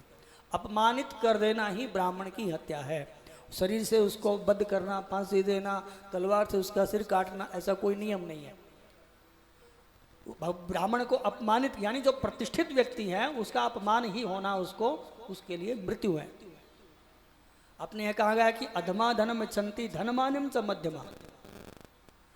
जो अधम श्रेणी के लोग हैं वो तो केवल धन चाहते हैं, उनको मान अपमान से कोई लेना देना नहीं है। अधमा धनम छंती धन मानम च मध्यमा, और जो मध्यम श्रेणी के लोग हैं उनको धन भी चाहिए और मान प्रतिष्ठा बढ़ाई भी चाहिए। और जो उत्तम श्रेणी के लोग हैं वो क्या चाहते हैं? केवल सम्मान चाहते हैं। उत्तमा मानम इच्छन्ति मानो ही महताम धनम। उत्तम श्रेणी के जो लोग हैं वो केवल अपनी प्रतिष्ठा चाहते हैं, और जब उनकी प्रतिष्ठा खत्म हो जाती है तो समझ लो उनकी मृत्यु हो गई। तो प्रतिष्ठित व्यक्ति का अपमान होना ही मृत्यु के समान बताया गया है। तो अपमानित होकर के अश्वत्थामा वहाँ से भाग गया। लेकिन अश्वत्थामा ने विचार किया कि इन्होंने मेरे को भरी समय अपमानित किया, इसको छोड़ूंगा नहीं, बदला तो जरूर लूंगा। तो उसने अपने ब्रह्मास्त्र का प्रयोग किया। जो उनके पौत्र वधु है उत्तरा, अभिमन्यु की धर्मपत्नी उत्तरा, उसके गर्भ में परीक्षित है, उसके ऊपर उन्होंने अपने ब्रह्मास्त्र का प्रयोग कर दिया। और जैसे उन्होंने ब्रह्मास्त्र का प्रयोग किया तो उत्तरा दौड़ करके भगवान के पास पहुंची। अब भगवान चलने वाले थे, भगवान के पास पहुंची। उत्तरा घबराई, भगवान को याद किया कि पाही पाही महायोगिन देव देव जगतपते नान्यम त्वदभयम पश्ये यत्र मृत्यु परस्परम। पाही माम, हे देव पाही माम, हे प्रभु मुझे बचाइए, हे प्रभु मुझे बचाइए। तो दौड़ करके भगवान के पास पहुंची उत्तरा। अब उत्तरा भगवान की शरण क्यों ग्रहण की उसने? वहां तो और भी बहुत सारे लोग थे, उनको किसी को नहीं बोला, क्योंकि द्रौपदी ने उत्तरा को ये बात ठीक से समझा दी थी कि बेटा जब भी कभी बहुत बड़ी आपत्ति आती है तो केवल भगवान को ही पुकारना, क्योंकि वो अपनी आप बीती बता चुकी सारी उसको बात। मैंने सबको बुलाया था, कोई मेरी सहायता के लिए नहीं आया। इसलिए मैं आपको सचेत करती हूँ। उत्तरा जब शादी करके घर में आई तो सासू माँ उसको सीख देती है, शिक्षा देती है कि हमारे घर में कैसे नियम है, कैसे रहना है। तो ने कहा, उसने एक ही बात बताई कि जब भी संसार में आपके ऊपर किसी प्रकार की कोई आपत्ति आती है तो केवल भगवान को पुकारना। संसार वाले किसी की कोई रक्षा नहीं करते हैं, ये तो उल्टे धकेलने वाले होते हैं। तो बोले ठीक है। तो उसी बात को याद करके भगवान को बोलती है कि पाही पाही महायोगिन देव देव जगत पते, हे प्रभु मेरी रक्षा करो। ये जो अंगार है ये साक्षात काल रूप लग रहा, मेरे पेट के अंदर आ गया है, मेरे गर्भ के अंदर इसको जला रहा है, आप मेरी रक्षा करें। मेरे को कुछ बेशक हो जाए कोई चिंता नहीं है, लेकिन मेरा गर्भ सुरक्षित रहना चाहिए। भगवान जाने के लिए तैयार हैं, अभी तैयार थे द्वारिका। लेकिन भगवान ने जैसे ही उत्तरा की वो पुकार सुनी तो भगवान तुरंत ही उतर करके सूक्ष्म रूप धारण करके गर्भ में प्रवेश कर गए और परीक्षित की रक्षा की। प्रेम से बोले जय सिया राम। बोलिए भक्त वत्सल भगवान की जय। भगवान श्री कृष्ण वहाँ से विदा लेते हैं। देवकी माता ने बड़ी सुंदर स्तुति की है और भगवान से एक ही वरदान मांगा है कि प्रभु हमारे जीवन में ज़्यादा से ज़्यादा हम विपत्तियाँ आनी चाहिए, क्योंकि जब जब विपत्ति आती है तब तब आपके दर्शन होते हैं।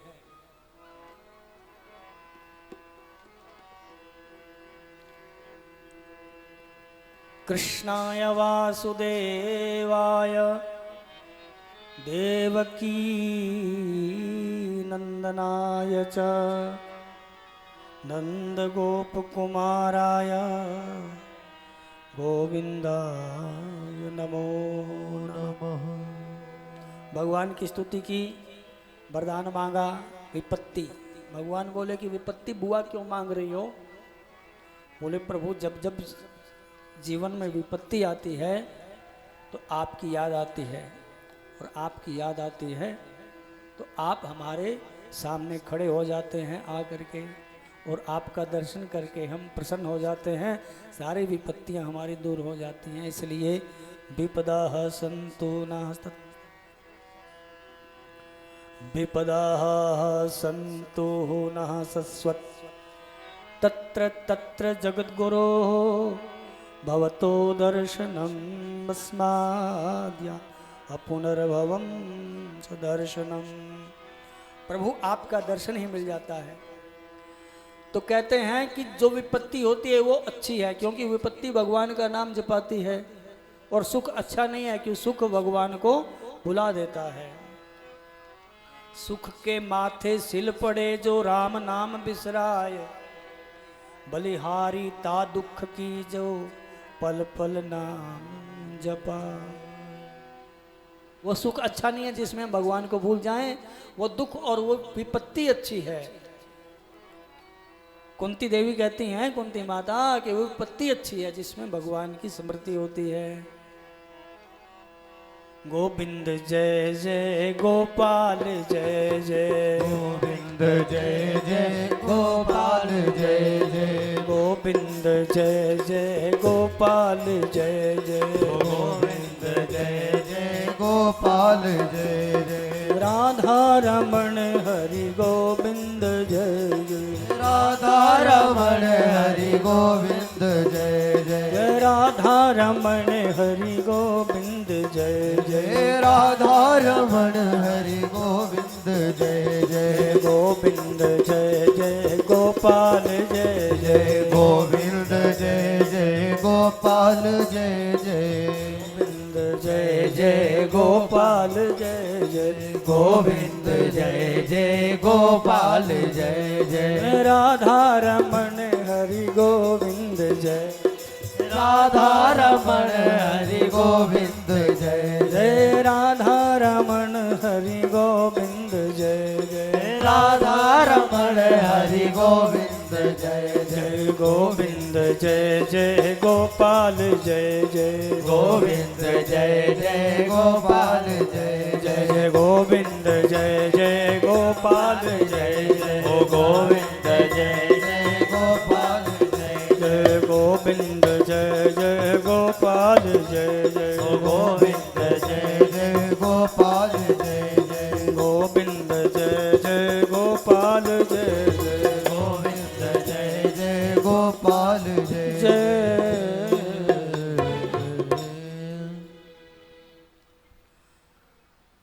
अब सारे के सारे लोग भगवान जाने के लिए तैयार हैं। युधिष्ठिर जी महाराज ने रोने जैसा चेहरा बना लिया। क्यों? कि अब हमको राज्य तो मिल गया, लेकिन देखने को सारी विधवा औरतें और केवल बच्चे लोग ही दिखाई देते हैं यहाँ पे। किसके ऊपर राज्य करें?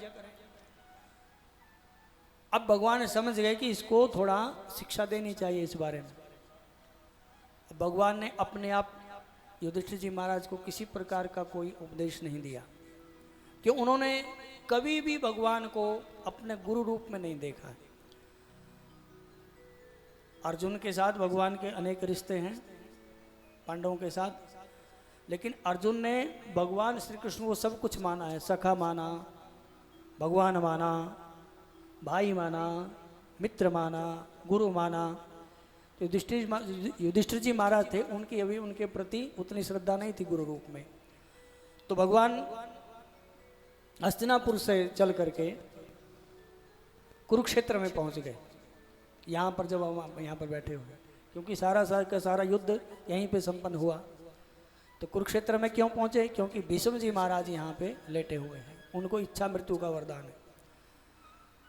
तो भीष्म पितामह के पास युधिष्ठिर जी महाराज को लेकर के आए भगवान को देखते ही युधिष्ठिर जी महाराज प्रसन्न हो गए। शरीर में जितनी पीड़ा थी भगवान को देखते ही दर्शन मात्र से ही गायब हो गई। भगवान की सुंदर मुस्कान को देख करके इतने प्रसन्न हुए तो महाभारत की जो घटनाएं थी वो याद आने लगी। भीष्म जी महाराज विचार करते हैं कि देखो हमारे भगवान कितने दयालु हैं, कितने दयालु हैं। हमारी अपनी प्रतिज्ञा तोड़ दी हमारे कारण भगवान ने, क्योंकि भगवान ने प्रतिज्ञा की थी कि मैं महाभारत के युद्ध में किसी प्रकार का कोई अस्त्र शस्त्र धारण नहीं करूंगा। लेकिन अब युधिष्ठिर जी के साथ खड़े हुए भगवान को जब देखा भीष्म जी महाराज ने, तो भीष्म पितामह देख करके वही घटनाएं स्मरण करते हैं कि हमारे पीछे कितने तीव्र गति से दौड़े थे। जिनका जो शरीर का पीताम्बर था वो भी गिर गए, वो भी नहीं देखा है।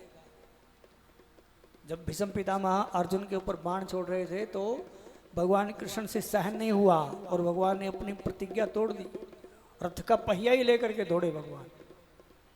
तो ऐसे दयालु भगवान को देख करके भीष्म जी महाराज ने युधिष्ठिर को और सबको वहाँ पर जो खड़े थे सबको बहुत सुंदर उपदेश दिया और भगवान श्री कृष्ण को की स्तुति करते हुए अपने शरीर का उन्होंने त्याग किया।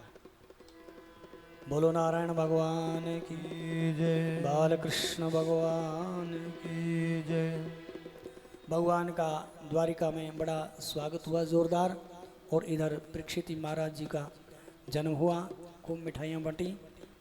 ज्योतिष आचार्य जी को बुलाया गया, आचार्य लोग आए, उन्होंने उनका भविष्य देखा। युधिष्ठिर जी महाराज को बताते हैं कि महाराज आपका जो पोता है बहुत ही सुंदर, इसका भविष्य है, बहुत धर्मात्मा होगा, गौ ब्राह्मण की सेवा करने वाला होगा, दानवीर होगा, सूरवीर होगा, प्रजा से बहुत प्रेम करेगा, आपका नाम रोशन करेगा। लेकिन जिसका मृत्यु स्थान है वो थोड़ा दूषित है। क्यों? बोले इसका अष्टम स्थान वो मृत्यु स्थान है वो ठीक नहीं है, हमें लगता है कि इसकी सर्प के काटने से मृत्यु हो गई। लेकिन महाराज आप चिंता ना करें, इसकी सर्प काटने से मृत्यु तो हो गई जरूर, लेकिन उस समय बड़े बड़े साधु संतों के बीच में ये बैठा हुआ होगा, गंगा के किनारे पर बैठा हुआ होगा, उस समय भगवान के दिव्य चरित्रों का ये श्रवण कर रहा होगा, भागवत की जो कथा अमृत है उसका पान कर रहा होगा, तो ये सीधा ही वैकुंठ का अधिकारी हो जाएगा। इस प्रकार उसकी भविष्यवाणी करके ब्राह्मण लोग वहाँ से दान दक्षिणा इत्यादि लेकर के वहाँ से चले जाते हैं। अब युधिष्ठिर जी महाराज विचार करते हैं कि अर्जुन भगवान कृष्ण के साथ द्वारिका में गए थे, अभी तक लौटे नहीं, बड़े दिन हो गए। अब युधिष्ठिर जी महाराज को थोड़ी चिंता होने लगी कि क्यों नहीं आए हैं। और इधर से वो कलयुग आने वाला है, उनको ये भी लग रहा है कि कलयुग आने वाला है। और जब अभी ही द्वापर युग का अंतिम चरण चला हुआ है, अंतिम दिन चले हुए हैं, इसमें ही लोगों के मन में भेदभाव पैदा होने लगे हैं। तो आने वाले समय में क्या स्थिति होगी, इसलिए युधिष्ठिर जी महाराज चिंतित हो गए। अनेक प्रकार के अपशगुन उनको अब दिखाई देने लगे। एक दिन कहीं बाजार में गए हुए थे, बाजार में देखा तो एक अजीबोगरीब लोहे की वस्तु दिखाई दी। युधिष्ठिर जी महाराज ने उससे पूछा लोहार से, भैया ये क्या है? बोले महाराज ये ताला है, इसको ताला बोलते हैं। ये ताला किस काम आता है? बोले लोगों के घर में अब चोरी होने लगी है, तो कुंडा लगा करके ताला लगा देते हैं, ये रक्षा करता है। अच्छा, ऐसा समय आ गया। तो युधिष्ठिर जी महाराज ने विचार किया कि अब कलयुग का बस प्रवेश होने वाला है। अपने यहाँ पे एक प्रधानमंत्री हुए हैं, चाणक्य जी महाराज। आप सब लोग परिचित हैं वैसे उनसे, उनकी कथा से परिचित, उनसे तो नहीं, उनकी कथा से परिचित हम सब लोग। उस समय चंद्रगुप्त मौर्य राजा होते थे और चाणक्य जी महाराज उनके प्रधानमंत्री थे। तो कोई यात्री, विदेशी यात्री जब भ्रमण करने के लिए आए तो उन्होंने सुना कि भाई भारतवर्ष के जो प्रधानमंत्री हैं वो बहुत उच्च कोटि के मंत्री हैं, बड़ी अच्छी मंत्रणा देते हैं, बड़ी अच्छी सलाह देते हैं, उनके दर्शन करने चाहिए।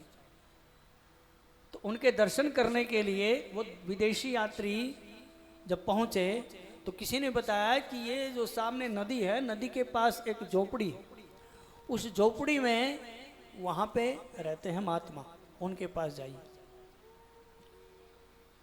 वहीं पे रहते हैं। तो अच्छा जी, और इस नदी पे यहाँ पर वो जल भरने के लिए आते हैं। तो उन्होंने सोचा कि चलो दर्शन करने चाहिए ऐसे महानुभाव के। तो जब वो उनका इंतजार कर रहे थे प्रधानमंत्री जी का, तो चाणक्य जी महाराज अपना पानी का जो भी मटका बर्तन कुछ रहा होगा वो पानी भरने के लिए वहाँ पे गए।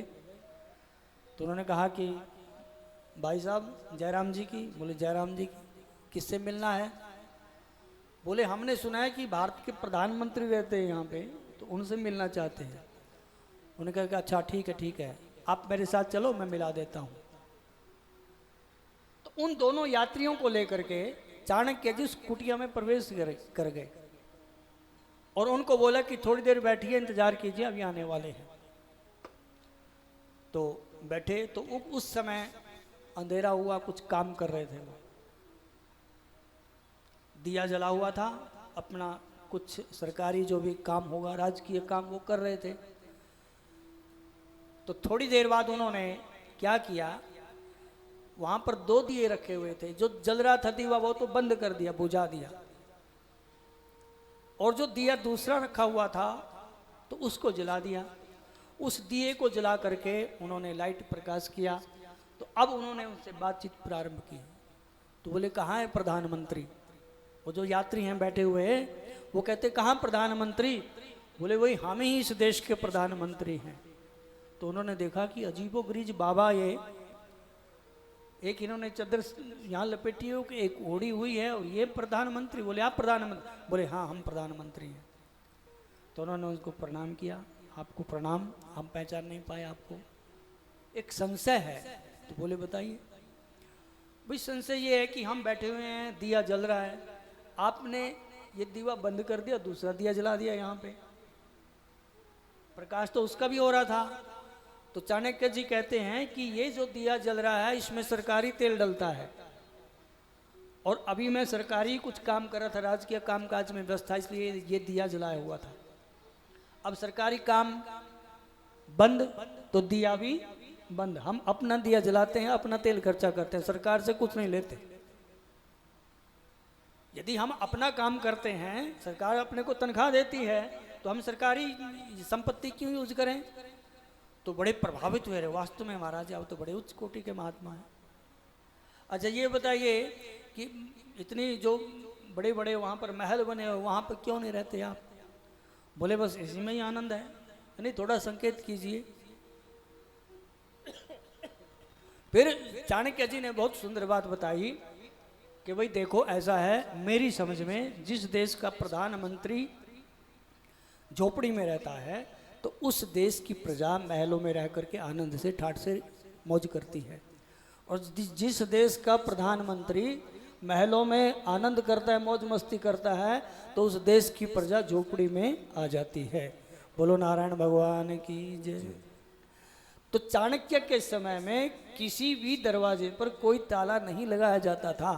उस समय में एक समय ऐसा आया था चाणक्य जी महाराज के समय में कि उस समय में कोई भी अपने घर में ताला नहीं लगाता था, चोरी चारी नहीं होती थी, सब लोग खुले घूमते थे। तो युधिष्ठिर ने अपने समय में आज पहली बार वो लोहे की वस्तु देखी, बोले ये क्या है? बोले ये ताला है महाराज। चोरी होने लगी, अपशकुन होने लगे, बुरे बुरे स्वप्न आने लगे। एक दिन विदुर जी महाराज जो छोड़ करके चले गए थे, सब कुछ दुर्योधन ने अपमान कर दिया था उनका। अब सारा महाभारत संपन्न हो गया। एक दिन रात में आए धृतराष्ट्र जी के पास, धृतराष्ट्र को समझाया बुझाया, कब तक यहाँ कुत्ते की तरह पड़े रहोगे? जिनके ऊपर आपने इतने अत्याचार किए पांडवों के ऊपर, उन्हीं का अन्न खा करके आप अपना पेट भर रहे हैं, ये जीवन बचाए हुए हैं, भैया तुम्हें शर्म आनी चाहिए।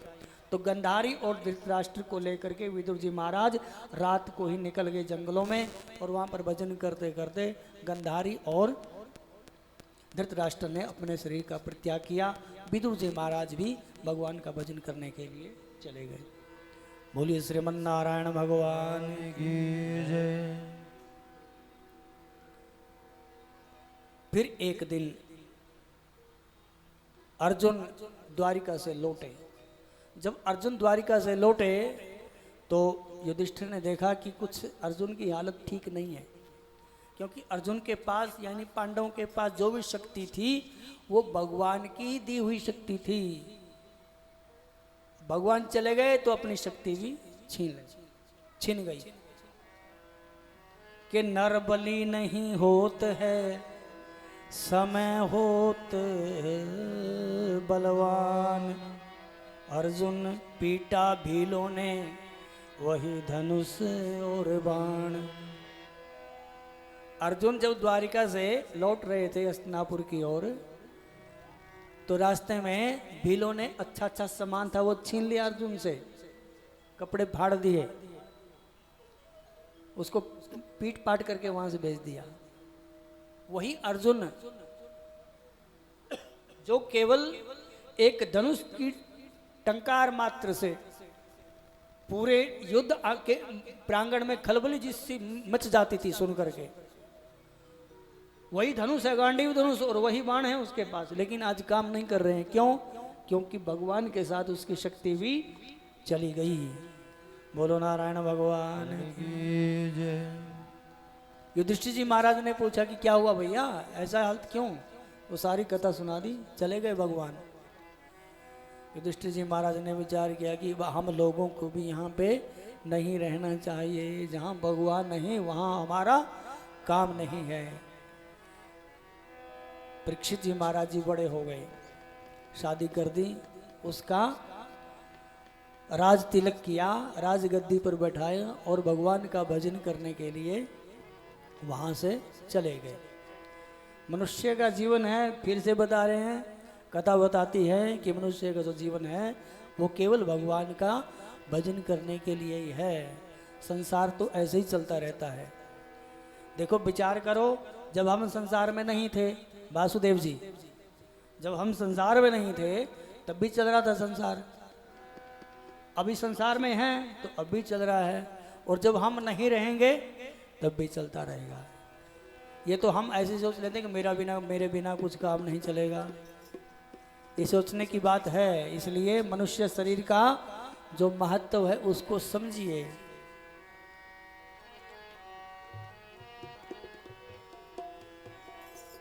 मानव जन्म अनमोल रे, माटी में न रोल रे, अब तो मिला है फिर ना मिलेगा, कभी नहीं कभी नहीं कभी नहीं। मानव जीवन अनमोल रे, माटी में ना रोड़ रे, अब तो मिला है फिर ना मिलेगा, कभी नहीं कभी नहीं कभी नहीं।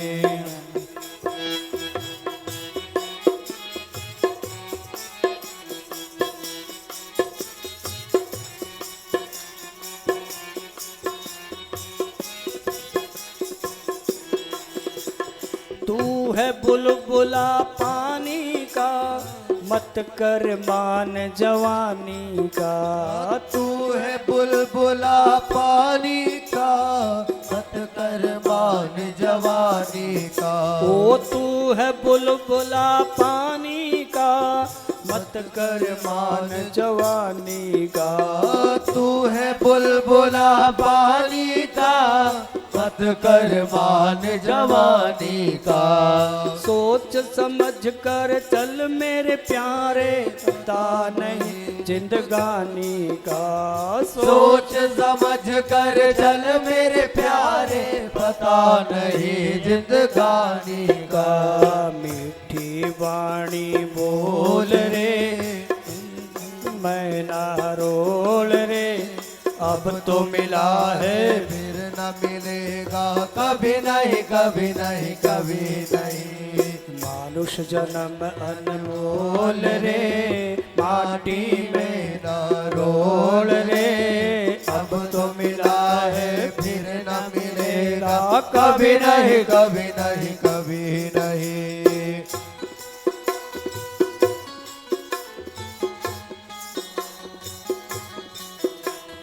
तू सत्संग में जाया कर, गीत प्रभु के गाया कर।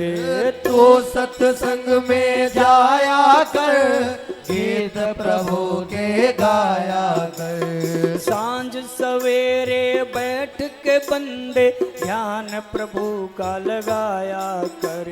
सांझ सवेरे बैठ के बंदे, ध्यान प्रभु का लगाया कर। नहीं लगता कुछ मोल रे, माटी में ना रोल रे, अब तो मिला है फिर न मिलेगा, कभी नहीं कभी नहीं कभी नहीं। मानुष जन्म अनमोल रे, माटी में ना रोल रे, अब तो मिला है फिर न मिलेगा, कभी नहीं कभी नहीं कभी नहीं।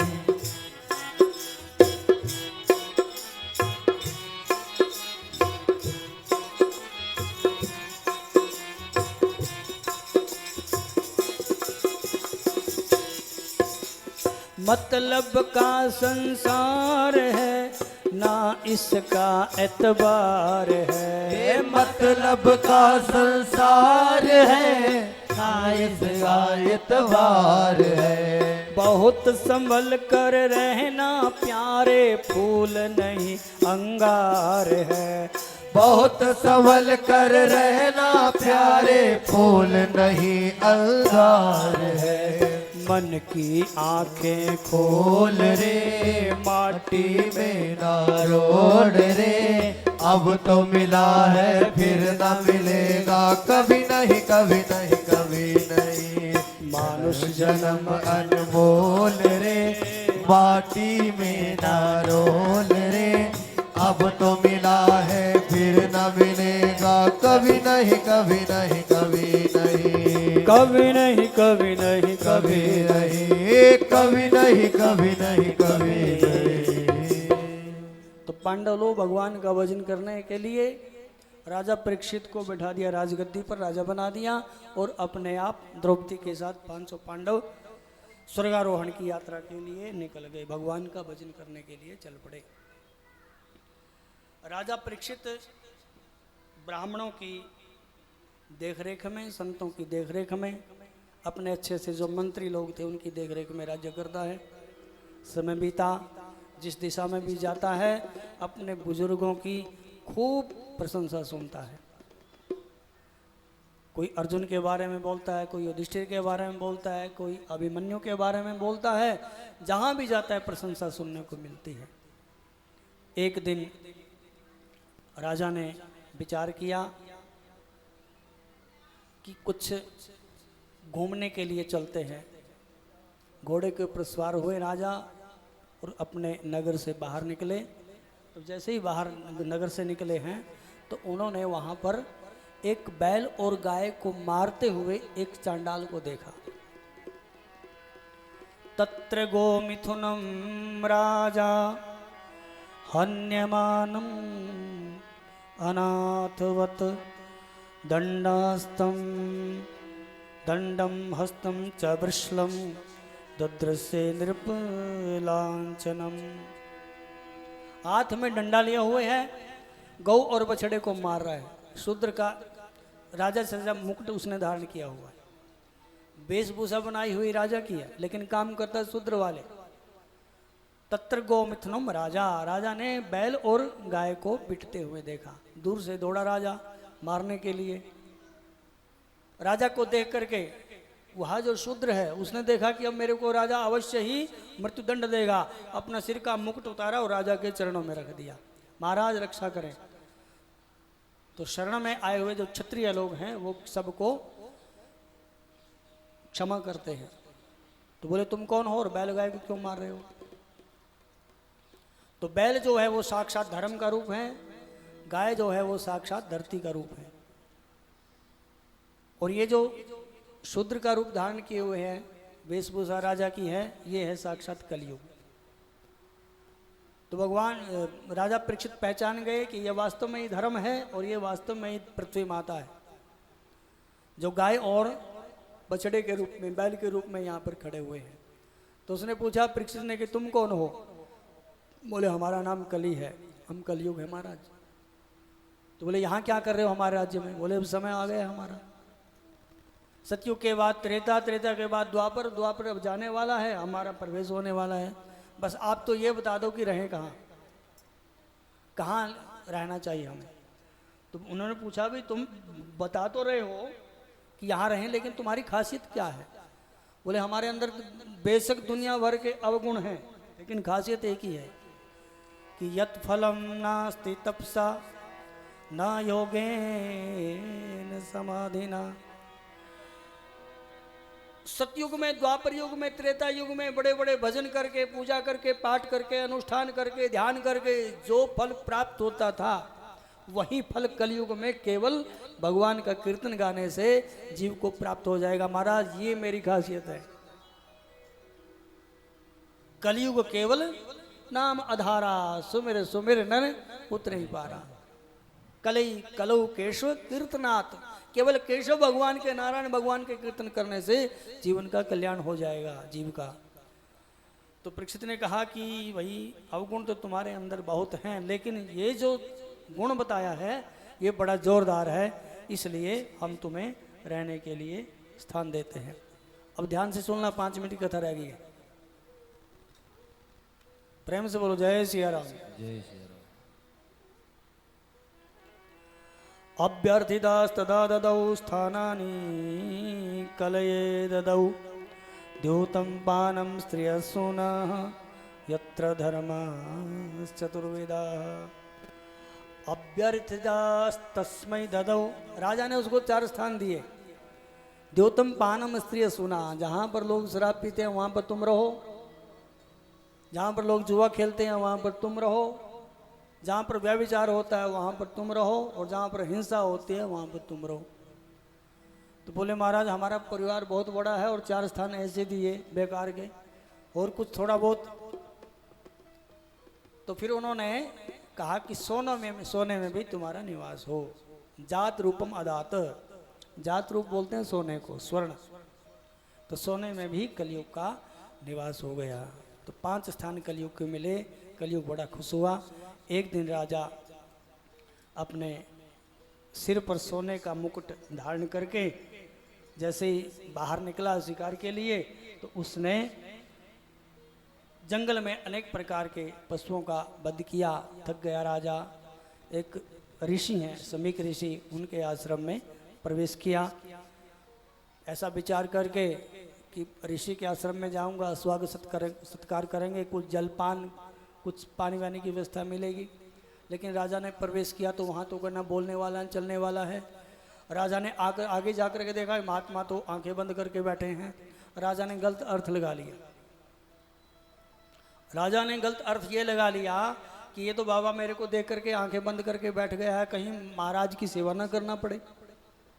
इसलिए वहाँ पर एक मरा हुआ सांप पड़ा था, अपने बाण की नोक से उठाया और राजा के बाबा के गले में वो मरा हुआ सांप डाल दिया, और ऐसा करके राजा वहाँ से चला गया। कलयुग की क्या पहचान है? खास कलयुग की पहचान ये है कि जब हम लोग नकली को असली समझने लगते हैं, नकली को असली समझने लगते हैं, और जो असली है उसको नकली समझने लग जाते हैं, तो समझ लो कि कलयुग का प्रभाव हो गया, कलयुग आ गया है। तो असली बाबा को नकली बाबा समझ लिया। किसने? परीक्षित ने। इधर जब इसके बेटी को पता लगा तो इनका बेटा बच्चों के साथ खेल रहा था, उसका नाम है श्रृंगी। श्रृंगी ऋषि ने जब पता चला कि महाराज हमारे पिताश्री का अपमान हुआ है राजा के द्वारा, तो शाप दिया। इति लंघित मर्यादम तक्षका सप्तमे हनि दक्षन्ति स्म कुलांगारम चोदितो में ततरुहम। 7वें दिन तक्षक नाग आएगा, राजा को काटेगा और उसकी मृत्यु हो जाएगी। क्यों? क्योंकि इसने मर्यादा का उल्लंघन किया है, इसको ऐसा नहीं करना चाहिए था। ऐसा शाप दे करके श्रृंगी ऋषि दौड़ करके अपने पिता के पास गए, पिता की से आलिंगन किया पिता का, और पिता ने समझाया बुझाया क्या हुआ, सारी जो घटनाक्रम था वो बताया। तो पिताजी ने अपने बेटों को समझाने का प्रयास किया कि बेटा छोटी सी गलती के लिए इतना बड़ा शाप नहीं देते हैं। क्यों? क्योंकि राजा बड़े धर्मात्मा हैं। अरे 100 काम करते हैं, कहीं एक आध छोटी मोटी गलती राजा से हो गई तो उसके लिए दुदकार थोड़ी देंगे हम। उसने जो 99 अच्छे काम किए हैं वो तो देखो उसके। बेटा तुमने बहुत बड़ा ये तो गलत काम कर दिया है, बहुत बड़ी हानि कर दी है। इतने बड़े धर्मात्मा राजा थे, अब आगे जो धर्मात्मा राजा ऐसे ऐसे अपने को नहीं मिलेंगे। आगे तो कलयुग के राजा होंगे, सारे के सारे कैसे राजा मिलेंगे? धर्मनिरपेक्ष राजा अपने को प्राप्त होंगे। इसलिए बेटा तुमने बहुत गलत काम किया है, लेकिन अब इसको टाल भी नहीं सकते। अपने शिष्यों को भेज करके राजा को सचेत किया। राजा ने अपने बेटे जन्मेजय को राजगद्दी पर बैठाया और अपने आप अनशन लेकर के गंगा के किनारे पर पहुंच गए। और सब ऋषि महात्माओं को प्रणाम करते हुए एक ही प्रश्न करते हैं कि महाराज मेरा एक प्रश्न है, जो व्यक्ति 7 दिन में ही मरने वाला हो, जिसके पास बहुत कम समय हो, उस व्यक्ति को क्या करना चाहिए? बोलो श्रीमन्नारायण भगवान की जय। तो आज की कथा विश्राम लेती है। परीक्षित जी महाराज गंगा के किनारे पर बैठे हैं, कल उनको संभालेंगे, कल सुखदेव जी आएंगे। तो आज की कथा विश्राम लेती है। 2 मिनट के लिए हरि नाम संकीर्तन और उसके बाद आरती। सीताराम सीताराम सीताराम जय सीताराम। सीताराम सीताराम सीताराम जय सीताराम। सीताराम सीताराम सीताराम जय सीताराम। सीताराम सीताराम सीताराम जय सीताराम। सीताराम सीताराम सीताराम जय सीताराम। सीताराम सीताराम सीताराम जय सीताराम। सीताराम सीताराम सीताराम जय सीताराम। सीताराम सीताराम सीताराम जय सीताराम। सीताराम सीताराम सीताराम जय सीताराम। सीताराम सीताराम सीताराम जय सीताराम। सीताराम सीताराम सीताराम जय सीताराम। सीताराम सीताराम सीताराम जय सीताराम। सीताराम सीताराम सीताराम जय सीताराम।